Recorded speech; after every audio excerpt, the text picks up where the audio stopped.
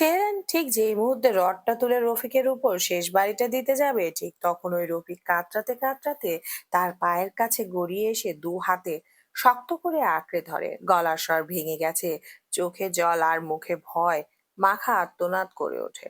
আর মেরো না সেহেরান, খুব কষ্ট হচ্ছে আমার, ছেড়ে দাও আমায় প্লিজ। একটু থেমে শ্বাস নিতে না দিতে আবার বলে, আমি স্বীকার করছি আমি ভুল করেছি। সায়রার সাথে আমার এমন ঘৃণ্য কাজ করা একদম উচিত হয়নি, ক্ষমা করে দাও আমায়। পুরো কথাগুলো শেষ করার সুযোগও পায় না সে। পর মুহূর্তে সেহেরান লোহার রডটা ছুঁড়ে ফেলে দেয়। তারপর রফিকের চুলোর মুঠি শক্ত করে ধরে তাকে ফ্লোরে আছড়ে চেপে ধরে।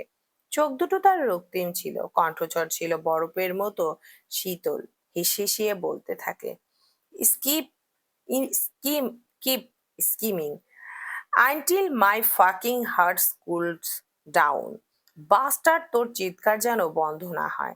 আমার বোনকে আর তার অনাগত সন্তানকে তোরা বাঁচতে দিলি না, বাঁচতে দিয়েছিলি মাদার ফাকার। আমার মায়ের দোষটা কোথায় ছিল? তোকে নিজের ভাই মনে করে আপন করে নেওয়াই কি তার অপরাধ ছিল? এই তোদের মতো কতগুলো জানোয়ার থাকলে একটা পুরো হ্যাপি পরিবার সম্পূর্ণ ধ্বংস হওয়ার পেছনে আর বাইরের মানুষের প্রয়োজন পড়ে না, যারা মুখোশের আড়ালে আত্মীয় সেজে থাকে শুধুমাত্র নিজেদের স্বার্থ পূরণে। একটা নির্দোষ প্রেগনেন্ট মেয়েকে মারতেও তোদের বুক কাঁপেনি? কতটা কাপুরুষ হলে পরীর মতো ওইটুকুন একটা মেয়েকেও তোরা মারতে চেয়েছিলিস? তানিশের অপরাধ কি ছিল? আর ক্ষমা, তাও তোদের? সে তাচ্ছিল্যের হাসি দেয়। তোদের তো কোনোদিন ক্ষমা করব না রফিক, কিছুতেই করব না বলেই হাত থামে না তার। একের পর এক ওর মুখে আর মাথায় ঘুষি মেরে আঘাত করতে থাকে।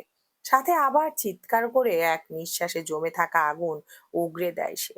বলতে থাকে, ছি, আমার ভাবতেও ঘৃণা করছে তুই আমার পাপার ছোট ভাই। এই খান ফ্যামিলির একটা অংশ তুই। সেহেরান উন্মাদের মতো মেরেই যাচ্ছে, কিছুতেই থামছে না। কিন্তু এত কিছুর পরও ইউভানের বুকের ভেতরের আগুন এক চুলো শান্ত হয় না। হঠাৎ চিলের মতো ঝাঁপিয়ে পড়ে সে সেহেরানের সামনে থেকে, রফিককে সো মেরে ছিনিয়ে নেয়। সেহেরান থমকে যায়, ওদের দিকে তাকিয়ে জোরে জোরে নিঃশ্বাস নিতে থাকে। ইউভান রফিককে টেনে নিজের দিকে নেয়। এইবার আর কোনো তাড়াহুড়া নেই। চোখ দুটো রক্ত লাল, কিন্তু উন্মাদ নয়, বরং ভয়ঙ্কর ভাবে সচেতন। সে রফিককে নিচে ফেলে এক হাঁটু দিয়ে ওর বুক চেপে ধরে। হাতের মুঠোয় থাকা রডটা ধীরে ধীরে তুলে নেয়, যেন প্রতিটা সেকেন্ড ইচ্ছা করে দীর্ঘ করছে। তারপর ইউভান নিচু স্বরে বলে, দেখ রফিক, তোর এই হাত দুইটা দিয়ে তুই ওকে ছুঁয়েছিলি তাই না? ও মম, তোর এই হাতটা ঠিক তোর শরীরের সাথে মানাচ্ছে না। কি করা যায় বলতো তোর এই অংশটা? রফিক ভয়ে শুকনো ঢোক গেলে ভয়ে পিছিয়ে যেতে চায়, কিন্তু খুব একটা লাভ হয় না। তার আগে ইউভান নিজের সর্বশক্তি দিয়ে প্রথম আঘাতটা দেয় রফিকের হাতে। তৎক্ষণাৎ একটা বিকট শব্দ হয়, ঠিক যেন লোহার সাথে হাড়ের সংঘর্ষ। রফিকের চিৎকার ছড়িয়ে পড়ে ঘরের দেয়াল ভেদ করে। উপস্থিত সবার বুকের ভেতর কাঁপন ধরিয়ে দেয়। পরীর শরীর এক মুহূর্তের জন্য শিউরে ওঠে, তবু সে নিজেকে সামলে নেয়। কিন্তু বুকের ভেতর জমে থাকা আগুন কিছুতেই নেভে না। চোখ জ্বালা করে ঘৃণা আর দীর্ঘদিনের জমে থাকা যন্ত্রণায় সে ভাইয়ের দিকে তাকিয়ে চিৎকার করে ওঠে, ভাইয়া, শুধু হাত ভাঙলে চলবে না। ওই যে ওর পা দুটো, যে পা দিয়ে ওই জানোয়ারটা আমাকে আর ভাবি আপুকে লাথি মেরেছিল, ছাদ থেকে ঠেলে দিয়েছিল নিচে, ওই পাগুলোই ওর সমস্ত পাপের সাক্ষী। ওর শরীরের সেই অঙ্গ থাকার কোনো অধিকার নেই ভাইয়া। ও নিকৃষ্ট মানুষ নামের কলঙ্ক। ওর শরীর থেকে সব শক্তি, সব দম্ভ, সব অহংকার টেনে হিচড়ে সব আলাদা করে ফেলো ভাইয়া, যেন আর কোনো দিন কাউকে আঘাত করার সাহস না পায়। পরীর কণ্ঠ কাঁপছিল, কিন্তু শব্দগুলো ছিল ভয়ঙ্কর ভাবে দৃঢ়, যেন বহুদিন চেপে রাখা আর্তনাদের বিস্ফোরণ। এই কথা শোনা মাত্রই রফিক আতঙ্কে পড়ে যায়। ভাঙা হাত দিয়ে সে কোনো মতো পরীর পা দুটো জড়িয়ে ধরে। তার কণ্ঠে অনুতাপ ছিল, কিন্তু সেই অনুতাপ ছিল অনেক দেরিতে জন্ম নেওয়া রক্তে ভেজা, আর ছিল ক্ষমার অযোগ্য। কাঁদতে কাঁদতে অস্পষ্ট করে বলে, ক্ষমা করো পরী, আমার ভুল হয়ে গেছে। এবারের মতো আমাকে একবার বাঁচার সুযোগ দাও। কথা শেষ করার আগেই সেহেরান ক্ষিপ্ত গতিতে এগিয়ে এসে রফিকের ভাঙা হাতটার উপর লাথি বসিয়ে দেয়। দাঁতে দাঁত চেপে রাখা রাগ আর ঘৃণা গলাটাকে ভারী করে তোলে। নিজের ভেতরের আগুনকে আরো আটকে রাখতে না পেরে সে স্বাগতিকের মতো ফোঁস করে ওঠে, এই খবরদার, তোর এই নোংরা হাত দিয়ে আমার বউয়ের পা একদম স্পর্শ করবি না বলে দিলাম। কথাটা বলেই সেহেরান পরীকে টেনে নিজের দিকে এনে নেয়। দৃঢ় হাতে ওকে সেই রক্তাক্ত স্থান থেকে সরিয়ে আনে। পরীর শরীর তখন কেমন টলছে, চোখের সামনে জমে থাকা লাল রং আর আত্মচিৎকারে তার মাথা ঘুরে আসে, গা গুলিয়ে ওঠে। পা দুটো যেন নিজের ওজনই বইতে পারছে না। সেহেরান সেটা বুঝতে এক মুহূর্ত দেরি করে না। সে শক্ত করে পরীকে বুকের সঙ্গে জড়িয়ে ধরে এমন ভাবে যেন বুকটাই হয়ে ওঠে পরীর একমাত্র নিরাপদ আশ্রয়। তার তার এক হাত পরীর মাথার পেছনে, আরেকটা হাত কাঁধ ঘিরে ছিল। কিন্তু ইউভানের চিৎকারে ওরা তাকিয়ে দেখে ও কেমন সাইকোর মতো রফিককে আঘাত করতে করতে বলতে থাকে, you you are scoundrel and a rapist. অনেক যন্ত্রণা সহ্য করেছে আমার স্ত্রী সেই রাতে শুধুমাত্র তোর জন্য। আই সোয়ার আমি তোকে আর একটা কথাও বলার মতো অবস্থায় রাখবো না। কথাটা বলে ইউভান এবার নিজের হাতের মধ্যে থাকা হকি স্টিক দিয়ে একের পর এক প্রচন্ড রাগে মারতে শুরু করলো রফিককে। এই পা দিয়ে তুই ওকে ধাক্কা দিয়েছিলি, এই পা দিয়ে তুই আমার অনাগত সন্তানের শ্বাস চিরতরে বন্ধ করে দিয়েছিস। কি করে এমনটা করতে পারলি তোরা? তোদের কি একটুও কষ্ট লাগেনি? কোমরে হাত রেখে ইউবান সোজা হয়ে দাঁড়ায়। একটা হালকাস ভঙ্গিতে ঘন নিঃশ্বাস নেয়। চোয়াল শক্ত হয়ে চোখ স্থির করে, কিন্তু সেই নীরবতায় এমন এক হুমকি ছিল যা চিৎকারের থেকেও বেশি ভয়ঙ্কর। এদিক সেদিক তাকিয়ে বলে, কাদের কি বলছি আমি? এদের আবার অনুশোচনা বলে কিছু আছে নাকি? সব কয়েকটা এক একটা নরকের কীট। হঠাৎ সে ঝুঁকে পড়ে রফিকের কানের কাছে, মুখ এনে বলে, ঠিক যেমন করে মৃত্যুর আগে এই পা দিয়ে তো তুই আমার অনাগত সন্তানের শ্বাস চিরতরে বন্ধ করে দিয়েছিস। কি করে এমনটা করতে পারলি তোরা? তোদের কি একটুও কষ্ট লাগেনি? কোমরে হাত রেখে ইউবান সোজা হয়ে দাঁড়ায়। একটা হালকা ভঙ্গিতে ঘন শ্বাস নেয়, চোয়াল শক্ত হয়ে স্থির চোখ করে, কিন্তু সেই নীরবতা এমন এক হুমকি ছিল যা চিৎকারের থেকেও বেশি ভয়ঙ্কর। এদিক সেদিকে তাকিয়ে বলে, কাদের কি বলছি আমি? এদের আবার অনুশোচনা বলে কিছু আছে নাকি? সব কয়েকটা এক একটা নরকের কীট। হঠাৎ সে ঝুঁকে পড়ে রফিকের কানের কাছে, মুখ এনে বলে, ঠিক যেমন করে মৃত্যুর আগে মানুষ তার শেষ ইচ্ছে জানতে চায় তেমন। একটু থেমে শ্বাস নেয় গভীর ভাবে, এরপর বলে, তুই জানিস সায়রা শুধু আমার স্ত্রী ছিল না, ও ছিল আমার একমাত্র ভালোবাসা, আমার ঘর, আমার সবকিছু, আর আমার একমাত্র শেষ ভরসা। তুই তো ওই নিষ্পাপ মেয়েটাকেও বাঁচতে দিলি না। ওর তো কোনো অপরাধ ছিল না, তা সত্ত্বেও ও তোর কাছে জীবন ভিক্ষা চেয়েছিল, কিন্তু তুই। ও আর কিছু না বলে এক প্রকার একের পর এক আঘাত করতে থাকে রফিকের পায়ে। একটা নয়, দুটো নয়, বরং অগণিত। রফিকের শরীরটা কুঁকড়ে যায়, যন্ত্রণায় কাতরাতে থাকে। এইবার হাড়ের ভাঙনের শব্দ পরিষ্কার শোনা যায়, কিন্তু ইউভান থামে না। রফিক চেঁচিয়ে উঠে ক্ষমা চায়, কাঁদে, কিন্তু ইভান জোরে হেসে ওঠে। সে হাসিটা ছিল ভয়ঙ্কর। রডটা তুলে নেয় আবার। এবার সে রফিকের চুলের মুঠি ধরে মুখটা তোলেই, কিন্তু কণ্ঠটা ভেঙে যায়। ক্ষমা চাইবি তুই? ক্ষমা? অথচ আমার সায়রার সাথে কি করেছিস সব ভুলে গেছিস? সায়রাও তো কিছু না করেও তোর কাছে ক্ষমা চেয়েছিল। এমনকি আমার বাচ্চাটাকেও তো তুই বাঁচার জন্য কোনো সুযোগ দিসনি। তানিশার সাথে কি করেছিস মনে নেই? আরে, মেয়েটা তো এতিম ছিল। ও তো মামা আর কিট্টুর উপরে ভরসা করে এখানে থেকে গিয়েছে। কিন্তু তুই তো নিজের মেয়ের বয়সী সেই মেয়েটার উপরেও দয়া দেখাসনি। কারণ তোর তো সম্পত্তি চাই, ক্ষমতা চাই, সাথে আবার শরীরের চাহিদা মেটানোর জন্য যে কোনো কাউকেই চাই, সে যে নিজের ভাইজি কিংবা বড় ভাইয়ের ওয়াইফ কিংবা ছেলের বান্ধবী, যেই হোক, তাই না? এই কথার সাথে সাথেই সবচেয়ে শক্ত আঘাতটা করতে থাকে, আর এতেই রফিকের শরীর ছিটকে যায়। পাগলের মতো ইউভান গর্জে ওঠে, আজ তোকে এমন শাস্তি দেব যেন তোর অন্তঃআত্মা পর্যন্ত কেঁপে ওঠে। আজ তুই প্রতিটা সেকেন্ড বুঝবি একজন স্বামী তার মৃত স্ত্রী সন্তানের জন্য ঠিক কতটা প্রতিশোধ পরায়ণ হতে পারে, আর ঠিক কি কি করতে পারে। সে থামে না। বরং আঘাতের পর আঘাত দিতে থাকে যতক্ষণ না রফিকের চিৎকার ভেঙে কাঁপতে কাঁপতে ফিসফিসে শব্দে পরিণত না হয়। শেষে ইউভান একটু পিছিয়ে আসে।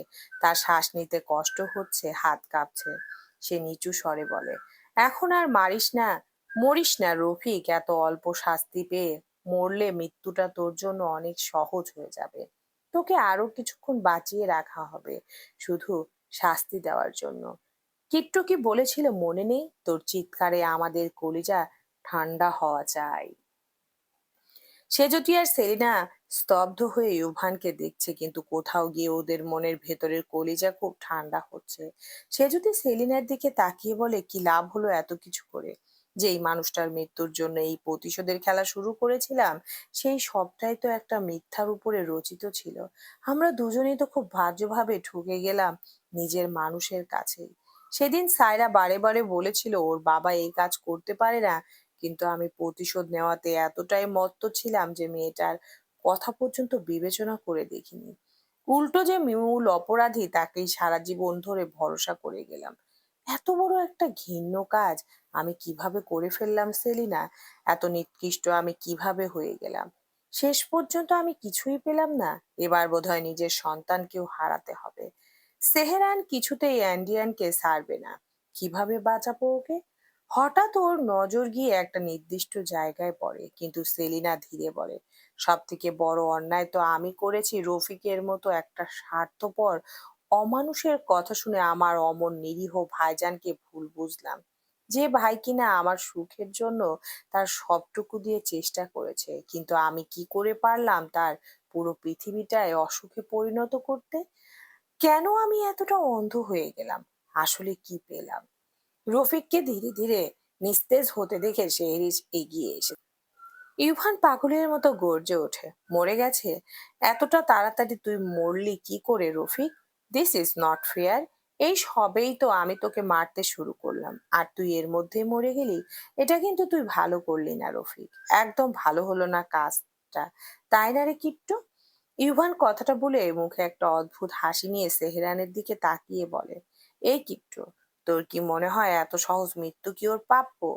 আমার যে এখনো বুকের চিনচিনে ব্যথাটা কমেনি, যন্ত্রণা হচ্ছে তো। কমানো দরকার। রাহুল এগিয়ে এসে রফিকের পাশে হাঁটু গেড়ে বসে চেক করতে থাকে, কিন্তু সেহেরান পা ফেলে এগিয়ে এসে ঘিন্ন কণ্ঠে বলে, আরে ওয়েট কর, আমায় দেখতে দে। স্কাউন্ডেলটা এখনো বেঁচে আছে তো দেখ। আমি তো এখান থেকে ওর নিঃশ্বাস শুনতে পাচ্ছি, হার্ট এখনো বিট করছে। কথাটা বলেই সেহেরান হাতের মধ্যে থাকা লোহার রডের সূচল অংশটা মেঝেতে পড়ে থাকা রফিকের বুকের বাঁ দিকে লক্ষ্য করে জোরে বাড়ি দিয়ে গেঁথে দেয়, আর সঙ্গে সঙ্গে রফিক মারাত্মক গগনবিদারী আর্তনাদ করে চিৎকার করে উঠল। এবার সে ওর পাশে বসে লোহার উপর নিজের হাতের চাপ বৃদ্ধি করে, সেইটা দিয়ে রফিকের চামড়া ওর মাংস অস্থিমজ্জা ভেদ করে বুকের আরো গভীরে নিক্ষেপ করতে করতে বলল, শুধুমাত্র তোর জন্যই আমার বোনকে কতটা কষ্ট পেতে হয়েছে। ওর পেটে তুই ঠিক এভাবেই ক্ষত বিক্ষত করেছিলিস, তাই না বাস্টার্ড? আমার পরীর আগের কিছু মনে নেই, শুধুমাত্র তোর অপরাধের জন্য। আমার বোনের মতো ফ্রেন্ড তানিশাও তোর জন্য এতটা কষ্ট পাচ্ছে, এখন তোকেও আমি ঠিক সেইভাবে টুকরো টুকরো করব। ওদের প্রত্যেকের যন্ত্রণা চেয়েও তোকে আরো কঠিন যন্ত্রণা দেব। বলেই সেহেরান আশেপাশে তাকায়, কিছু খোঁজায়। এরপর ও হঠাৎ সোজা সেজুতির দিকে নিজের হাত বাড়িয়ে দেয়। মিসেস মহিলা, ছুরিটা কি আঁচলের নিচে লুকিয়ে রাখার জন্য নিচ থেকে তুলেছিলেন, নাকি দুইজনের আবার এক্সচেঞ্জ হওয়ার ইচ্ছে আছে? থাকলে বলতে পারেন, কে আগে উপরে যাবেন? হাজার হলেও অবৈধ পার্টনার বলে কথা। আমার মুড কিন্তু এখনো চেঞ্জ হয়নি। কিছু বলার আগে সে যদি কাঁপা কাঁপা হাতে দ্রুত ওর কাছে একটা ধারালো ছুরি তুলে দেয়। সেহেরান সেই ছুরি দিয়ে আঘাত করার আগেই সেহেরি সেইটা ওর হাত থেকে নিয়ে এবার রফিকের সারা শরীরে আঘাত করতে শুরু করলো। পেটে, বুকে, চোখে আর পুরো শরীরের মধ্যে, আর চেঁচিয়ে বলতে থাকে, এই প্রত্যেকটা আঘাত আমার আপুকে নির্মম ভাবে মারার জন্য। এই আঘাতটা সেই ছোট্ট পরীকে ছাদ থেকে ফেলে দেওয়ার জন্য। আর এই আঘাতটা তানিশার মতো একটা নিরীহ এতিম মেয়ের জন্য, যাকে তুই পুরোপুরি ভেঙে দিয়েছিস। ওই মেয়েটা তো কোনো দোষ ছিল না, শুধুমাত্র তোদের মুখোশটা ওর সামনে প্রকাশ পেয়েছিল আর এটাই ওর সবচেয়ে বড় ভুল ছিল, তাই না? তোকে তো যেই মা জন্ম দিয়েছে তুই তার গর্ভকে কলঙ্কিত করেছিস। আর এই শেষ আঘাতটা তোর দূষিত রক্ত আমাকে জন্ম দেওয়ার অপরাধে। আমার তো নিজের রক্তের উপরই এখন ঘৃণা হচ্ছে। তুই তো একটা জানোয়ার, যার বাবা হওয়ার কোনো যোগ্যতাই নেই। ওর কণ্ঠ রোধ হয়ে আসে, কিন্তু না, সে কিছুতেই নিজেকে দুর্বল করতে চায় না। সে ক্ষিপ্ত হয়ে ঘৃণা নিয়ে রফিকের হাত দুটো আঘাতের পর আঘাত করতে করতে তা শরীর থেকে পুরো আলাদাই করে ফেলে। একটার পর একটা আঘাতে রফিকের শরীর নিথর হয়ে পড়ে। প্রতিটি আঘাতে যেন অতীতের সব পাপের হিসেব শোধ হচ্ছিল। আর্তনাদের শব্দ ঘরের দেয়ালে ধাক্কা খেয়ে ফিরে আসছিল, কিন্তু কারো চোখে আর কোনো করুণা ছিল না। এর পরের মুহূর্তে সেহেরান ওর ভাইয়ের হাত থেকে ছুরি নিয়ে সব থেকে ভয়ঙ্কর কাজটাই করে। রফিকের উরুর মাঝখানের গোপনাঙ্গের অংশ বরাবর ছুরি দিয়ে সাইকোর মতো কোপাতে থাকে আর জোরে জোরে হাসতে থাকে। ও বিড়বিড় করে বলে, বাস্টার্ড, এটা নিয়েই তোর এত অহংকার ছিল, তাই না? সব নারীকেই শুধু ভোগের সামগ্রী ভেবেছিস। ওর হোয়াইট শার্ট মুহূর্তেই রক্তে রঞ্জিত হতে থাকে। আর এইভাবেই যন্ত্রণায় চিৎকার করতে করতে একসময় রফিকের প্রাণবায়ু নিঃশেষিত হতে থাকে, কিন্তু ইভান এবার জোরে হাসতে হাসতে পাশে বসে পড়ে আর উন্মাদের মতন আরেকটা ছুরি চালায় রফিকের পা দুটোর উপরে আর দেহের নিম্নাংশে। ফিসফিস করে বলে, একটা প্রেগনেন্ট মেয়ে যে তার ভালোবাসার মানুষ আর তার অনাগত সন্তানের জন্য স্বপ্ন বুনেছিল, তুই ওকে মরার আগে ওর আত্মাকে কুলুষিত করেছিস।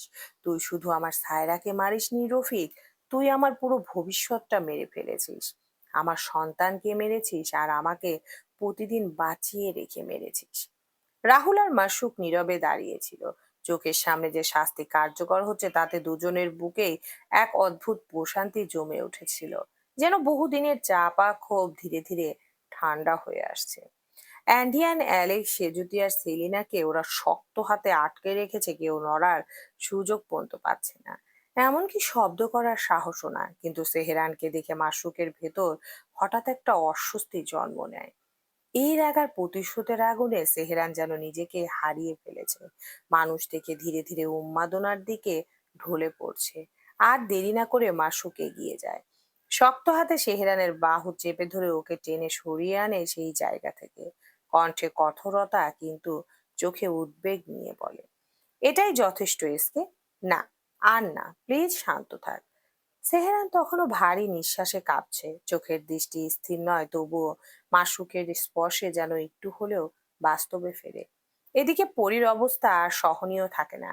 চারপাশে ছড়িয়ে থাকা আতঙ্ক, রক্তর গন্ধ আর আর্তনাদের প্রতিধ্বনি সব মিলিয়ে ওর শরীর কেঁপে ওঠে। পরীর পেটের ভেতরটা হঠাৎ মোচড় দিয়ে ওঠে, আর নিজেকে সামলাতে না পেরে সে পাশের ফাঁকা জায়গায় দৌড়ে যায়। রোজার এক মুহূর্ত দেরি করে না, বোনের পেছন পেছন ছুটে যায় সে। এক হাতে পরীর কাঁধ ধরে, আরেক হাতে তার মাথা আগলে ধরে। তার কাছে এই মুহূর্তে প্রতিশোধ, শাস্তি সবকিছুর বাইরে শুধু একজন বোন, আর যার কাছে তার অসুস্থ ছোট বোনের শ্বাস প্রশ্বাসটাই সবচেয়ে জরুরি হয়ে ওঠে নিজের পাপের প্রায়শ্চিত্ত করার জন্য। আর এদিকে সেহরান আবার এগিয়ে এসে ইউবান আর সেহেরিসের পাশে দাঁড়ায়। ধীরে কোমরে দুহাত রাখলো। ভঙ্গিটা ছিল না কোনো তাড়াহুড়োর, বরং ছিল নিয়ন্ত্রিত আগুনের মতো। তার চোখে জমেছিল ঠান্ডা ক্রোধ, অথচ দেখতে ভয়ঙ্কর। ও পকেট থেকে একটা সিগারেট ধরিয়ে পা দিয়ে নেড়েচেড়ে দেখতে থাকে রফিকের লাশ। ও যে মারা গেছে এই বিষয় নিশ্চিত হতেই সেহরান এবার ঠোঁটে সিগারেট চেপে ধরে রক্তাক্ত হাত দিয়ে মাথার চুলগুলো ফ্লিপ করতে গিয়ে দেখলো তার মুখের উপর এসে পড়ে থাকা চুলগুলো থেকে তখন টুপ টুপ করে রক্ত পড়ছে। খুবই বিরক্ত নিয়ে পড়ল, ছি, এই বাস্টার্ডের দূষিত রক্ত আমার উপরও পুরো শরীরটা ডাটি হয়ে গেল। এই গার্বেজটাকে সরানোর ব্যবস্থা কর মাসুক। এখনো তো বাকি যারা আছে ওদেরকেও তো এর থেকেও আরো কঠিন মৃত্যু দেওয়ার ব্যবস্থা করতে হবে। ঠিক তখনই মান্নাহার সহ্য করতে পারে না নিজের বাবার এই পরিণতি দেখে। সে দৌড়ে এসে সেহরান আর ইউভানের হাত আঁকড়ে ধরে রফিকের নিথর শরীরটা ঝাড়ানোর বৃথা চেষ্টা করে, কিন্তু ইউভান ক্রোধে তাকে এক ঝটকায় ধাক্কা মেরে ফেলে দেয়।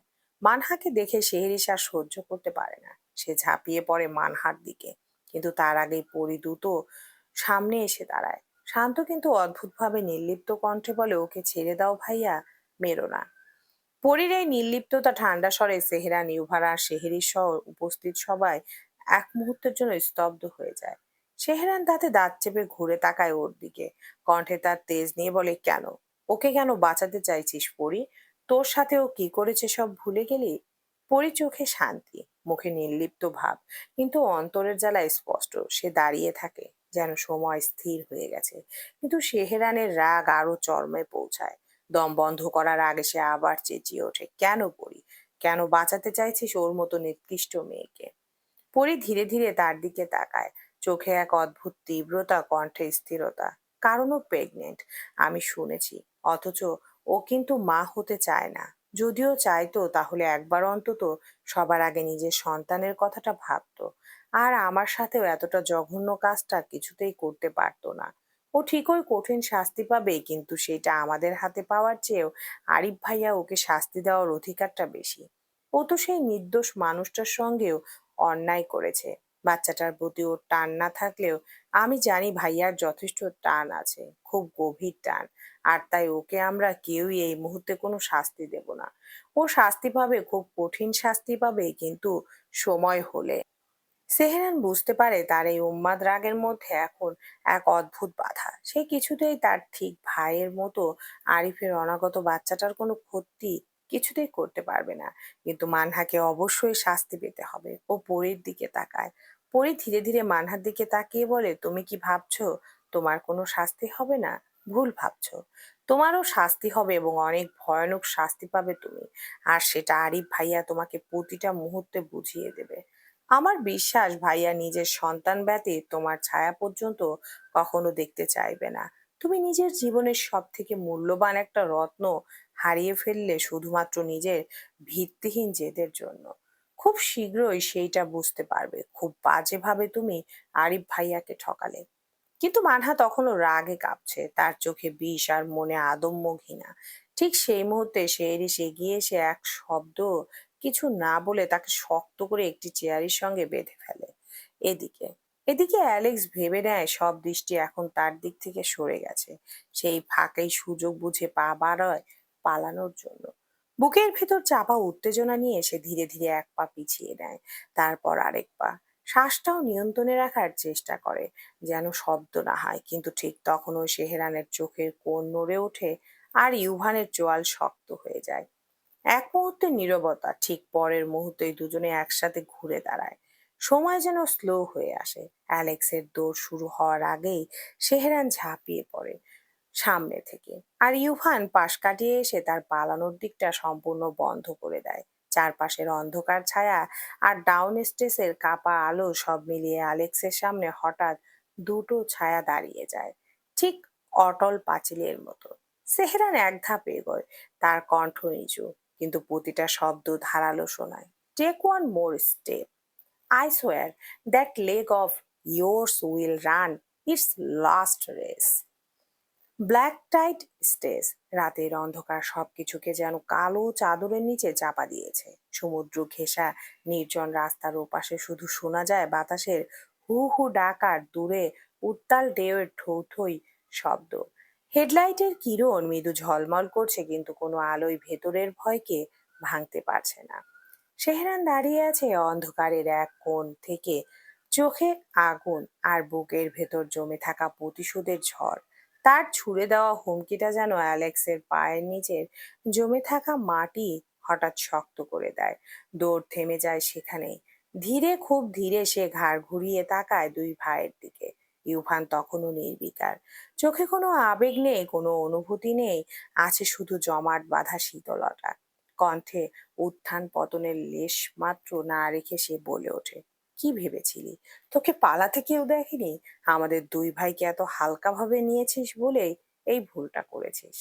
আর ভুল যখন করেছিস, তার দামটাও খুব চওড়া দামে দিতে হবে।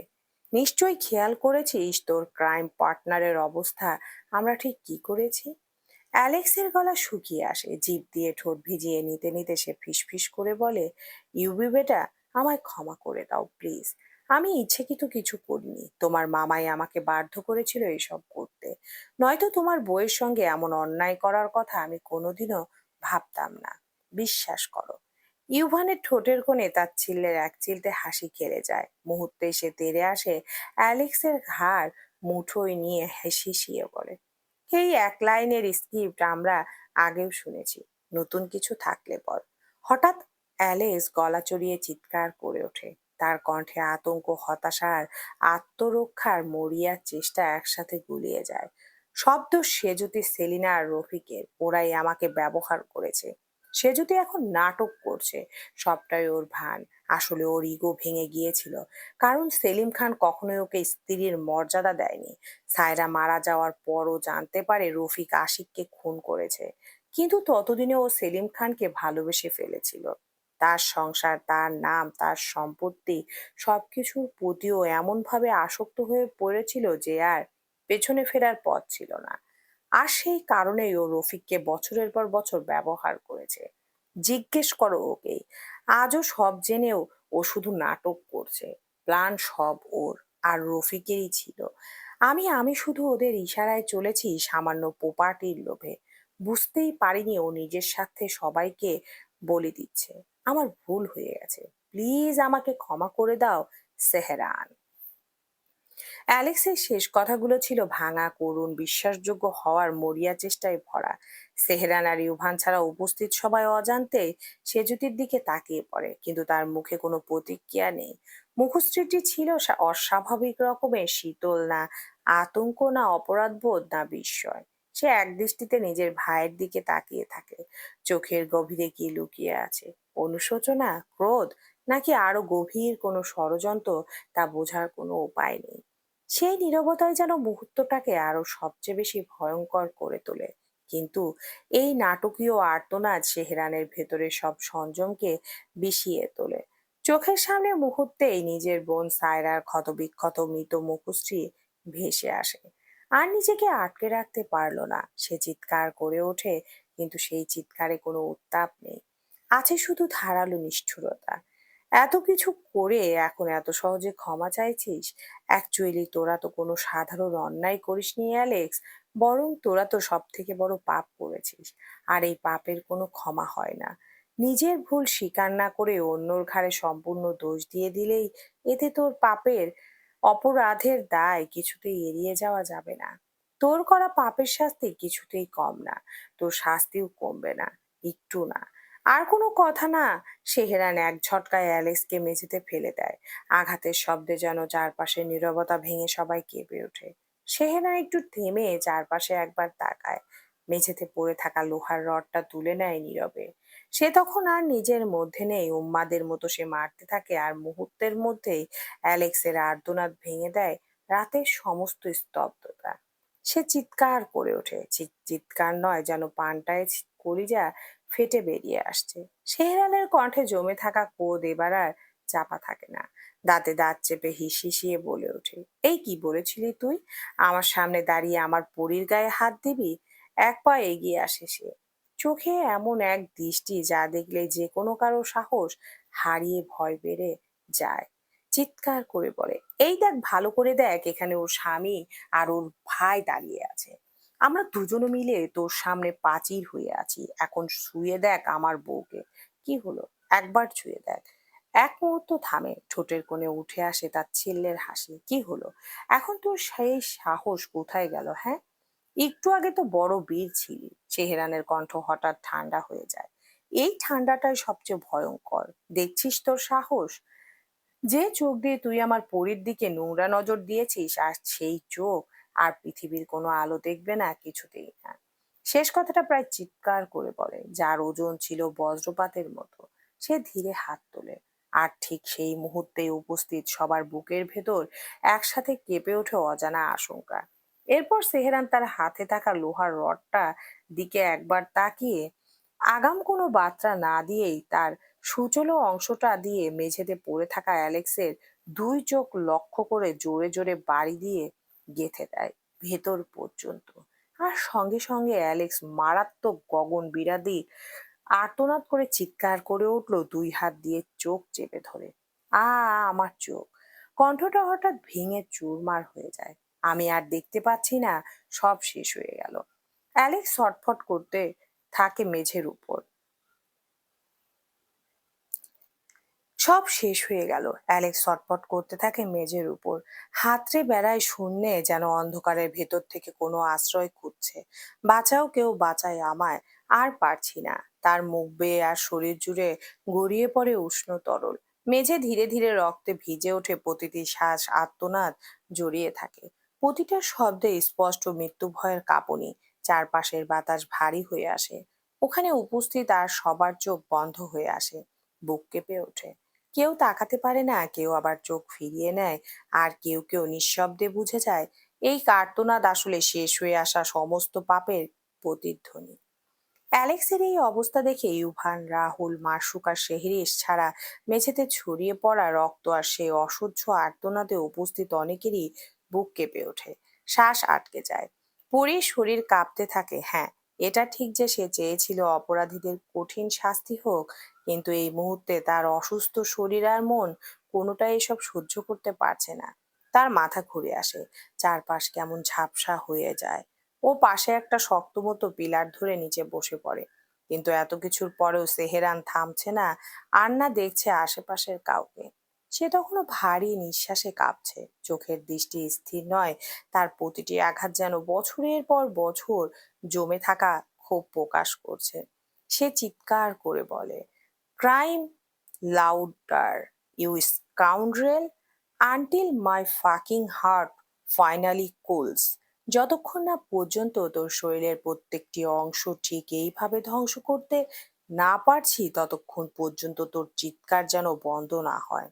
তোর করা প্রতিটা অন্যায়ের মূল যতক্ষণ না আদায় হয়, আমার বুকের আগুন নিভে না আসে, ততক্ষণ পর্যন্ত তোর এই আর্তনাদ থামার কোনো অধিকার নেই। চিৎকার করে অ্যালেক্স, চিৎকার কর, কারণ তোর প্রতিটি চিৎকারই আজ আমার নীরব যন্ত্রণার প্রতিশোধের একমাত্র প্রতি উত্তর। এবার সে লোহার উপর নিজের হাতের চাপারও বৃদ্ধি করে।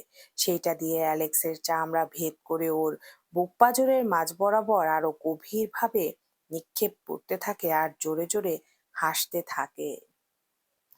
ইউভান এতক্ষণ সবকিছু নীরবে দেখছিল। চোখে কোনো উত্তাপ ছিল না, ছিল এক ধরনের ভয়ঙ্কর স্থিরতা, যা ঝড়ের আগে নিস্তব্ধতার মতো। হঠাৎই সে ছুরিটা হাতে নিয়ে এগিয়ে আসে। অ্যালেক্সের দুই হাত একটার পর একটা আঘাত করতে থাকে সাইকোর মতো। এক মুহূর্তের মধ্যেই তার দুই হাত তার নিয়ন্ত্রণের বাইরে চলে যায়।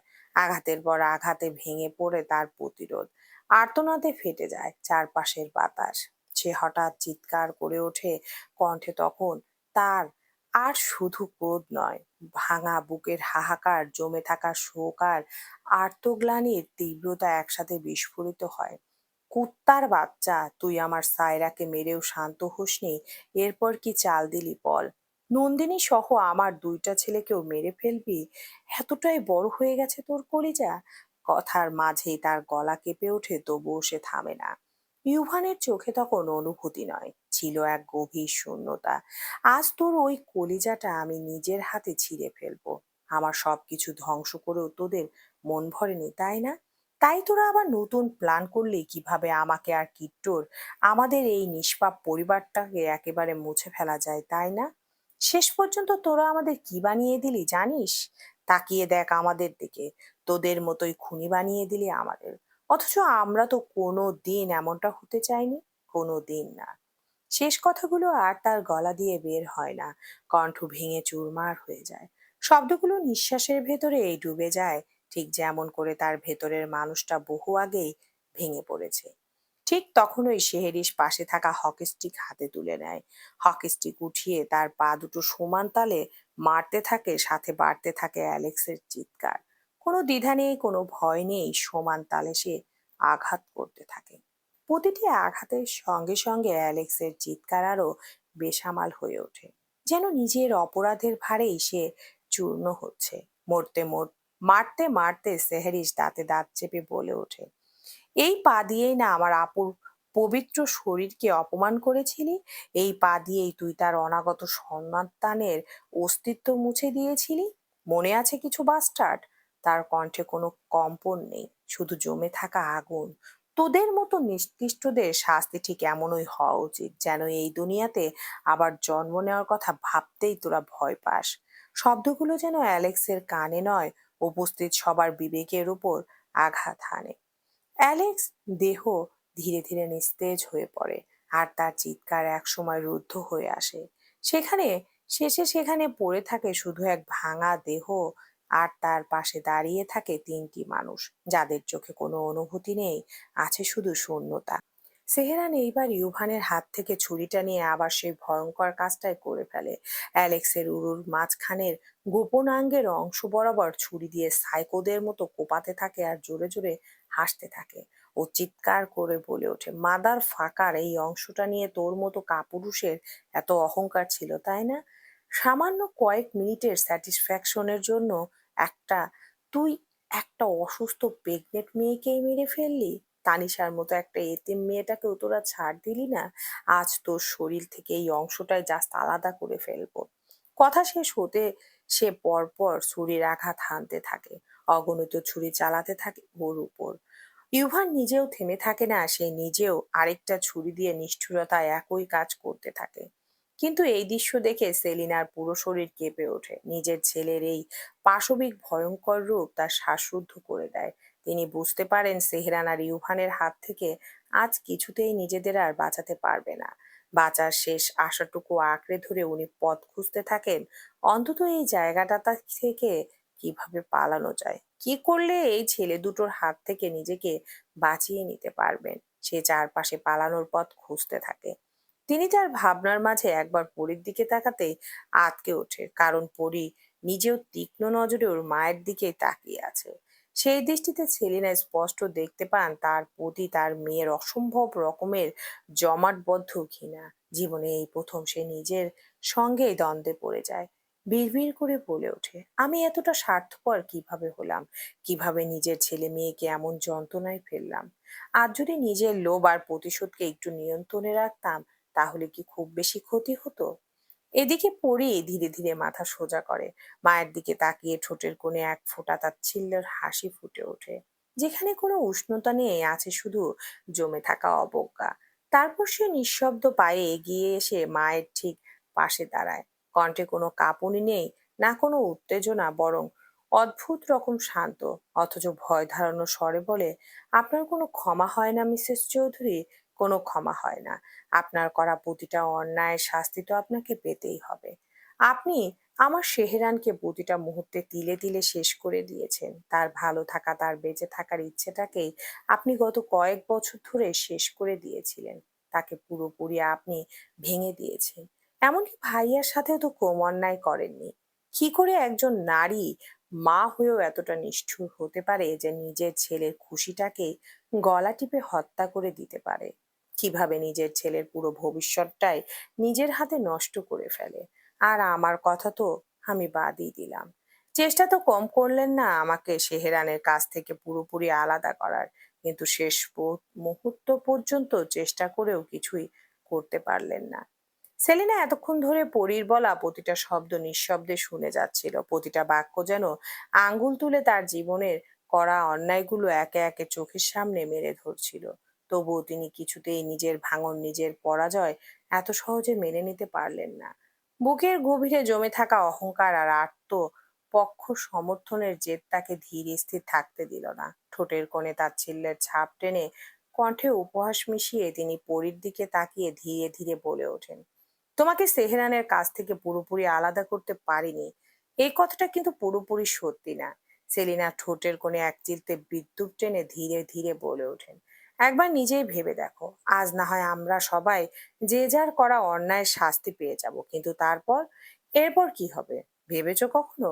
এক মুহূর্ত থেমে চোখে তীক্ষ্ণ চাহনি নিয়ে আবার বলে, ধরে নিলাম তোমার স্বামী তোমার সঙ্গে সুখে সংসার করবে, কিন্তু তুমি কিভাবে এতটা নিশ্চিত যে সেহেরানের মনের ভেতরে কোনো আফসোস জমে থাকবে না? কোনো এক কোণে অনুশোচনা, ক্ষত, প্রশ্ন, এইসব কিছুই থাকবে না? কণ্ঠটা ধীরে আরো ঠান্ডা হয়ে আসে। যার জীবনে এত কিছু হারানো স্মৃতি, সে কি সত্যিই সব ভুলে শান্ত থাকতে পারে? এই নিশ্চয়তা তুমি কোথা থেকে পেলে পড়ি? পরীর ভুরুদয়ের মাঝখানে গভীর ভাঁজ পড়ে। মুহূর্তের মধ্যে সে চকিত দৃষ্টিতে তাকিয়ে বলে ওঠে, কিসের আফসোস? সেলেনা তখন হালকা করে হাসেন, বুঝে যান নিজের শাস্তি অনিবার্য, কিন্তু যাওয়ার আগে পরীর মনে এক ফোঁটা বিষ ঢুকিয়ে দেওয়া এখনো সম্ভব। গলা নামিয়ে প্রায় ফিসফিস করে বলেন, একটা খুনির মেয়ের সঙ্গে সারা জীবন এক ছাদের নিচে বেঁচে থাকার আফসোস। একটু থেমে চোখে কুটিল দীপ্তি নিয়ে আবার বলেন, আমার জন্য তার মা বোন সবাইকে মরতে হয়েছে। সত্যি করে বলো তো পরি, এসবের পরেও কি তুমি মনে করো সেহেরানের চোখে তুমি ঠিক আগের মতোই সম্মান আর ভালোবাসা ধরে রাখতে পারবে? কণ্ঠটা আরো বিষাক্ত হয়ে ওঠে। তোমার স্বামী কি কোনোদিন হাঁপিয়ে উঠবে না? তার ভিতরে কি একটু অনুতাপ অনুশোচনা জমবে না? যার পুরো পরিবার ধ্বংস হয়ে গেছে, সে কি সত্যিই সারা জীবন সেই খনির মেয়েকে ক্ষমা করে নিজের জীবনের সাথে জড়িয়ে রাখতে পারবে? এতটা মহান মানুষ কি সে আদৌ হতে পারবে? হঠাৎ এমন কথা কানে যেতেই পরীর বুকের ভেতরটা যেন এক ঝটকায় কেঁপে ওঠে। পায়ের নিচের জমিন মুহূর্তেই শূন্য মনে হয়, শরীরটা হালকা টলিয়ে যায়। ছলছল চোখে সে ফিরে তাকায় সেহেরানের দিকে, যে এখনো উন্মাদের মতো অ্যালেক্সের নিথর শরীরের উপর নিষ্ঠুরভাবে আঘাতের পর আঘাত করে চলেছে, যেন নিজের সমস্ত যন্ত্রণা সেখানে উগরে দিচ্ছে। ঠিক তখনই রোজা এগিয়ে এসে শক্ত করে বোনের হাত চেপে ধরে। কণ্ঠে দৃঢ়তা আর স্নেহ একসাথে মিশে থাকে, বোঝানোর ভঙ্গিতে বলে, এই পরি আম্মুর কোনো কথাতেই কান দিবি না। সে আবার তোকে ভেঙে ফেলার চেষ্টা করছে। সেহেরান যাই হোক, এসবের জন্য সে কোনোদিনও তোকে দোষারোপ করবে না, একদমই না। ওর উপর বিশ্বাস রাখ, নিজের বিশ্বাসটা হারাস না। পরি সবকিছু শুনেও কিছু বলে না, নীরব দৃষ্টিতে শুধু সেহেরানের দিকে তাকিয়ে থাকে। চোখে জমে থাকা অসংখ্য প্রশ্ন, ভয় আর ভালোবাসার ভার নিয়ে ঠোঁট নড়ে না, অথচ বুকের ভেতর যেন হাজারটা কথা গুঞ্জন তোলে। নিজের উদরে চেপে ধরে নিজের মনেই সে বলে, মানুষের মন তো ক্ষণে ক্ষণে পাল্টায়। যদি সত্যিই কোনো একদিন আপনি আমাকে খুনির মেয়ে ভেবে অবহেলা করেন সেহেরান, তাহলে সেই দিনটাই আমার জীবনের শেষ দিন। সত্যিই আমি শেষ হয়ে যাব, কারণ তখন আর আমার বাঁচার মতো আর কিছুই থাকবে না। অথচ এসবের জন্য তো আমি দায়ী নই, তাই না? কথাগুলো আর তার কণ্ঠে আসে না, গলায় দলা পাকিয়ে থাকা আবেগের শব্দে থমকে যায়। চোখের কোণে জমে ওঠা জল সে চেপে ধরে রাখে, যেন এক ফোঁটাও বাইরে না পড়ে, কেউ দেখতে না পায়, ঠিক যেমন করে সে নিজের ভয়গুলোকে লুকিয়ে রাখতে চায় নিজের ভেতরে। চলবে ইনশাআল্লাহ।